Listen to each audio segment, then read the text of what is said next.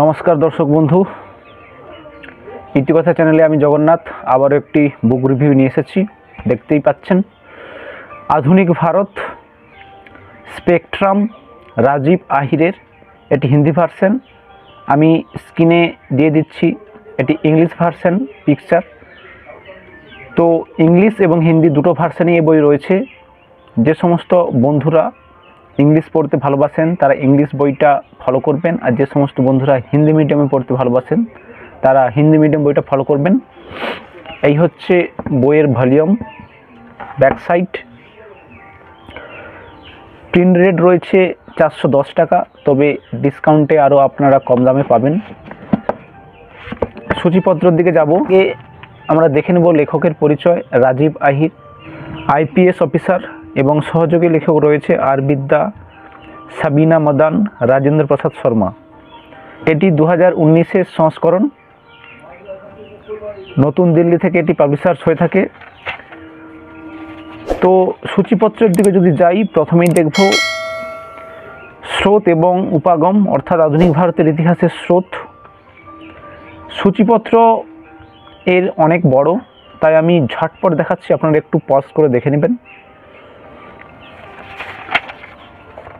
দ্বিতীয় অধ্যায় রয়েছে দেখুন আধুনিক ভারতীয় ইতিহাস লেখন প্রমুখ উপয়োগ, এবং ইউনিট 2-এ রয়েছে ইউরোপের আগমন এবং ব্রিটিশ শক্তির সুদৃঢ়করণ। এখানে যে সমস্ত ইউরোপীয় বণিকরা ভারতে এসেছিলেন তাদের ডিটেলস রয়েছে, আপনারা দেখে নিচ্ছেন। তো যে সমস্ত বন্ধুরা এমসিকিউ এবং এসএকিউ দুই ধরনের পরীক্ষার প্রিপারেশন করছেন তাদের কাছে এই বইটি খুবই জনপ্রিয়। অধ্যায় 4 রয়েছে দেখুন ব্রিটিশ বিজয়ের সময় ভারতের পরিস্থিতি, মোগল সাম্রাজ্যের পতন। তারপরে রয়েছে দেখুন ব্রিটিশ শক্তির বিস্তার এবং সুদৃঢ়করণ, ইংরেজদের ভারত জয়, মহীশূর বিজয়, সিন্ধু বিজয়, রঞ্জিত সিং। এবং অধ্যায় 6 রয়েছে 1857-র পূর্বে ব্রিটিশ সাম্রাজ্যের বিরুদ্ধে বিভিন্ন জন অসন্তোষ। সূচিপত্র এর অনেক বড়, আমি ঝটপট দেখিয়ে দিচ্ছি। 1857-র বিদ্রোহ, সামনেই ইউজিসি নেট। যে সমস্ত বন্ধুরা প্রিপারেশন করবেন এবং মডার্ন হিস্ট্রির উপরে একটি ভালো বই খুঁজছেন তাদের কাছে এই বইটি খুবই উপযোগী হবে, কারণ এটি হিন্দি এবং ইংলিশ দুটি মিডিয়ামেই পাওয়া যাচ্ছে। বর্তমানে ইউজিসি নেট মডার্ন হিস্ট্রির উপর থেকে বেশিরভাগ কোশ্চিন দিয়ে থাকে। তো সেই মডার্ন হিস্ট্রি আপনাদের আয়ত্ত করার জন্য এই ধরনের বই ফলো করা অবশ্যই উচিত। সূচিপত্রটা অনেক বড়, আমি ঝটপট দেখাচ্ছি, তারপর আমি ভেতরে যাচ্ছি বইয়ের।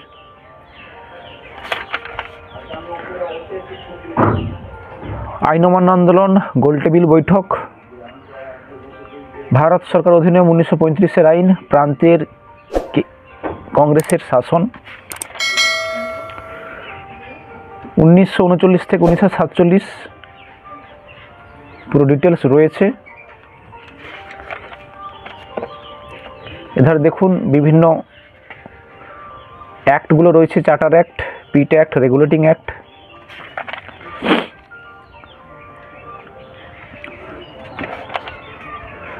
কৃষক আন্দোলন রয়েছে এখানে, কৃষক আন্দোলন, সাথে রয়েছে ভারতীয় শ্রমিক বর্গের আন্দোলন। এবং এ বইটির একটি গুরুত্বপূর্ণ পার্ট রয়েছে যে নেহেরুর নেতৃত্বে স্বতন্ত্রতা সংগ্রাম, অর্থাৎ 1947-এর পর 1964 পর্যন্ত ইতিহাস রয়েছে এবং নেহেরুর পরেরও ইতিহাস রয়েছে। এবং শেষে রয়েছে পরিশিষ্ট, এখানেও বেশ কিছু টপিকগুলোকে কভার করা হয়েছে। টোটাল পেজ সংখ্যা দেখতেই পাচ্ছেন 830। র্যান্ডামলি আমি দেখাচ্ছি।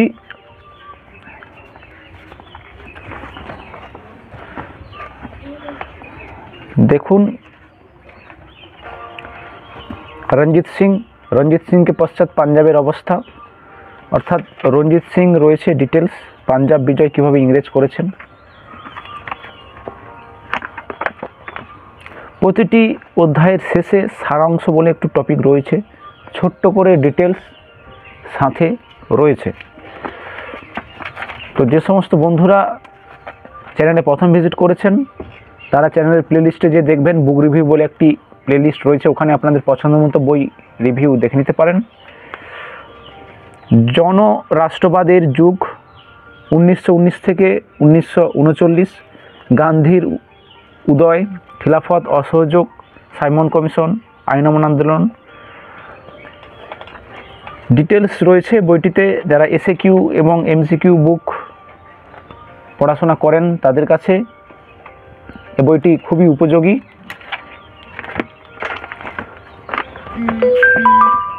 ভারতের শিক্ষার বিকাশ, এখান থেকে প্রায় 1-2 কোশ্চেন এসেই থাকে।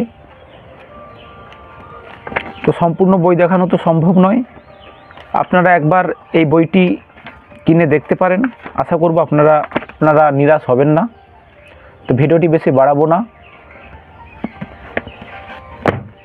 পড়াশোনা চালিয়ে যান, দেখতে থাকুন ইতিকথা, পাশে থাকুন, সাথে থাকুন। জয় হিন্দ, জয় ভারত, ধন্যবাদ।